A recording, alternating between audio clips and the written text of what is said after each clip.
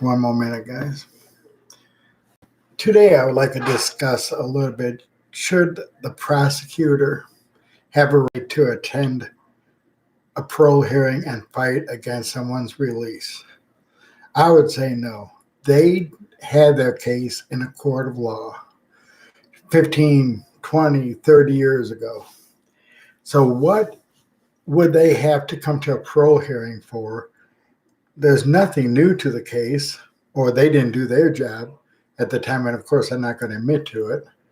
I was just listening to the prosecutor from Franklin County objecting to a guy's release because of something that happened in the 70s. Now, yes, that was a horrible crime, and if I was on the parole board, I don't know how I would feel, but I'd give him a fair hearing, and I would see if he has changed as a person. I would not just automatically say he should not be released. He has not changed. He's not capable of changing.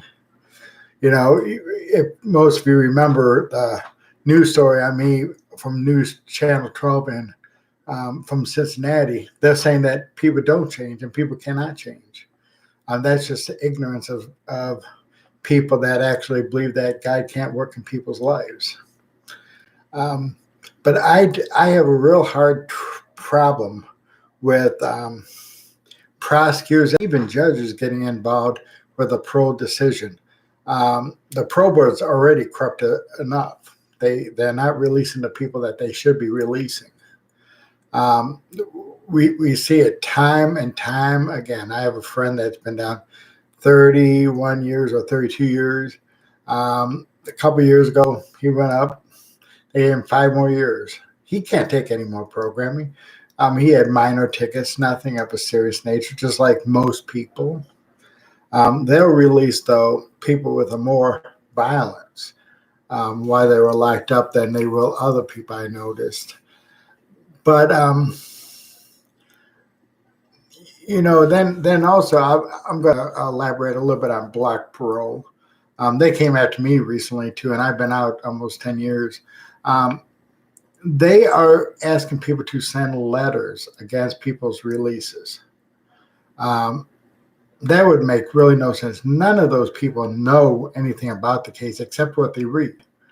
What if the individual is innocent or wrongfully convicted? And what if he has changed and he has served enough time? Our state's giving this guy all that time, and all that publicity to broadcast and really damage society. Each person that is locked up, or I should say most people that are locked up has family, friends, mothers, fathers, daughters, sons that want them home just as well.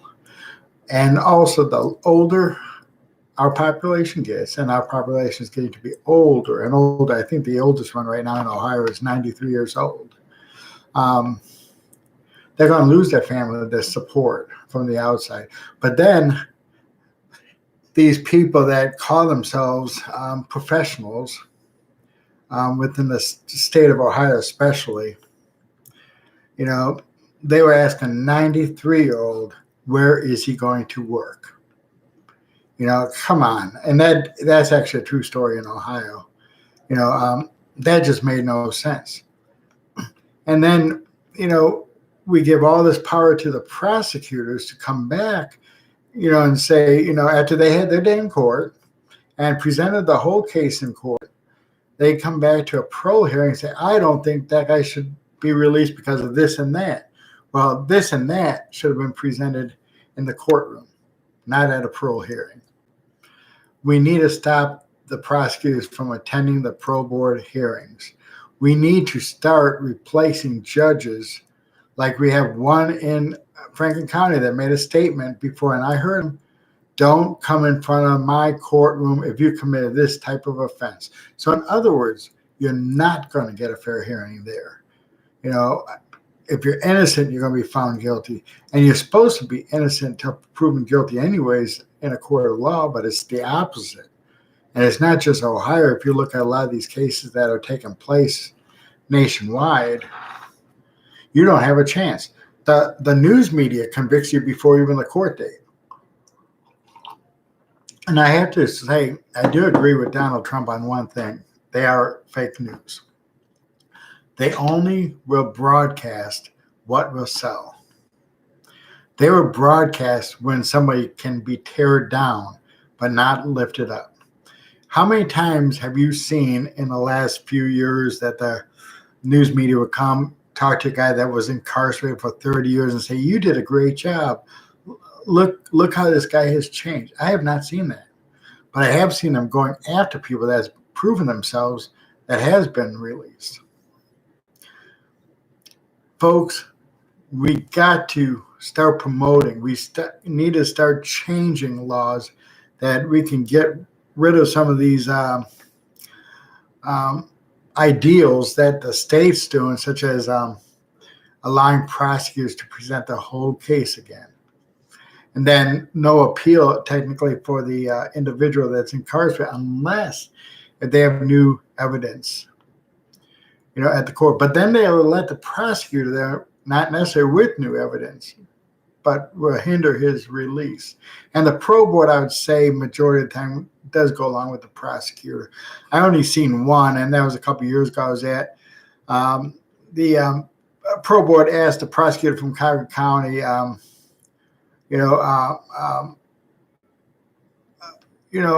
do you believe this person has changed?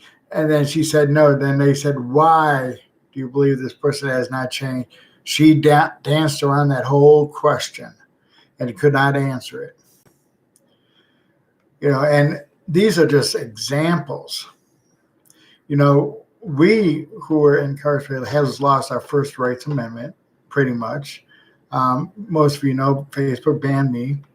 The news media, especially News 12 from Cincinnati, has violated my First Rights Amendment, my first rights expression, my first rights of assembly. All three. When they show up at a protest and say I have no right to protest. And the bad thing is, luckily, the inmates knew that, knows the law somewhat and knows what the First Amendment is, and you would think society would as well. If you're a little bit different than people on the street, especially the gay community, they don't. I've seen their rights taken away, the First Rights Amendment. You don't have to agree with that lifestyle, but the First Rights Amendment is supposed to protect their citizens. And when you get released from prison, remember this: you are a citizen again. You are restored back to society. The moment you get released, that day you can register to vote. And that gets into our other point in this video. We need to set up this coming spring and summer. We need to set up voting stations where we'll go to the voting, the Board of Elections, get a bunch of voter registrations, set up in the stores, set up maybe in a prison lobby. You have to get permission first, and you cannot promote any candidate if you do it publicly like that. But you could say, be careful, be a smart voter, look for people with compassion, people that, if they're inmates' families, look for people that support parole reform or prison reform, and let's get this done. Instead of sitting back, expect everybody else to do the work, we have to take that first step. And I know sometimes I'm hard to get along with, and I don't mean to be, but you get so aggravated with how broken the system is. And that, it kind of depresses you because, there's 53,000 that's still locked up. Not all that has to see the parole board, though, but a lot of people are not getting proper their medication that they so much need. They go to segregation for stuff that they should not. They get RIB, which is Rule and Infraction Board tickets, which means you go in front of a kangaroo court, and you don't have a chance there, though. Then most likely you'll go to the hole or get put on some kind of sanctions, such as no commissary for 30 days or no phone calls for 30 days. And what we lack to remember, that family contact, visiting, phone calls is part of rehabilitation. So, we ask you to join forces with us. I have a lot of respect for the other group I started, Fair Treatment Reform and Rehab. They just changed the name to Epic, and I branched off and started a group called Change Starts With Us. And our focus will be a lot on wrongful conviction and educating society on the prison system and the parole system. They're going to fight like hell for our bill that needs to get passed. I just talked to Beverly Seymour, and she's going to help out a great deal. I would like to go over some of our events, if I may. February 15th in Columbus, Ohio at 1 p.m. at the United Methodist Church for All People, 946 Parsons Avenue, Columbus, Ohio, 43206. We're holding a network meeting. Wherever you live in Ohio, carpool. Join us, please. If you have a loved one incarcerated, share about it. If you're an organization, share about what your organization does, and let's see how we can work together and have some common ground. If you're just an individual, please show up and learn about us and some of these other groups in Ohio. March 7th is our first, under this new group, our first silent auction. We're trying to raise money, to get our foot off the ground. So be it. There's a lot of things we do need to get, such as ribbons, paper, promotional material, and gas, parking. It just goes on and on. And we have some stuff we have to file with the state of Ohio and national government. We need your help. And I'll go over some of the items with you quickly. We have the Columbus Crew, 2 tickets, a $62 value. We're asking $25 for it. We have a Cleveland Cavaliers shirt, baseball hat, little basketball, a real nice, beautiful notepad. We're asking $25 for that. I'll show you this one real quickly. This is the Dragons from Dayton. We got a baseball hat, a bobblehead. We got 3 shirts in there, and see 3 t-shirts, 2 adults and 1 real tiny, like a toddler size, and a baseball. This, folks, we're asking $25 for it. We got a lot of tickets. We have the water park at the Columbus Zoo. We have Shadowbox in Columbus. It's for an evening show. It's got you could invite 4 people to attend that. It's a $120 value. We're asking $35 for it. We have COSI tickets, 2 that are $25 a piece. We're asking $15 for both. We have Bob's Big Boy cards where you get 14 Bob's Big Boy for free with that card. And Bob's Big Boys are almost $5. We're asking $25 for it. And that's just a little bit of it. And you would have to pay through the PayPal that's in my name until we get our paperwork done, because I'm putting it on a card for the group right now. And if you're interested, please let me know, and I'll send you our JPay. You can also, by the way, okay, that was for the auction. March 7th at the United Methodist Church for All People, again, from 1 to 4 p.m. 946 Parsons Avenue, Columbus, Ohio. We also have our wrongful conviction conference on July 11th. Again, at the United Methodist Church for All People, 946 Parsons Avenue, Columbus, Ohio. Beverly Seymour will be up talking about research, how to research. We are working with the Innocence Project in Ohio. We're trying to get an exoneree to speak. I know a couple of them, so I might have to make some calls as well. We're going to have some vendors there. We're going to have 3 or 4 workshops, and 1 main speaker, and maybe 1 other speaker as well. If you have any ideas or suggestions, please let us know. Again, that is July 11th. from 1 to 5 p.m. or I got to double check. I think it's 1 to 5 p.m. Um, and please get the word out about our events, and we'd love to network with people and get to know those around. For more information, please email us at changebeginswithus4sure@gmail.com. Again, that is changebeginswithus4sure@gmail.com. Our phone number is 614-404-4924. We will work on a website, and what we're doing in this group, we're not going to care what anybody has done in the past. Literally, I don't care, and I never have. But I do care on who they are today. Some of the worst has become some of the best citizens around. They own their own companies. And some of the inmates I know are the smartest people I know. Look at some of their artwork they do.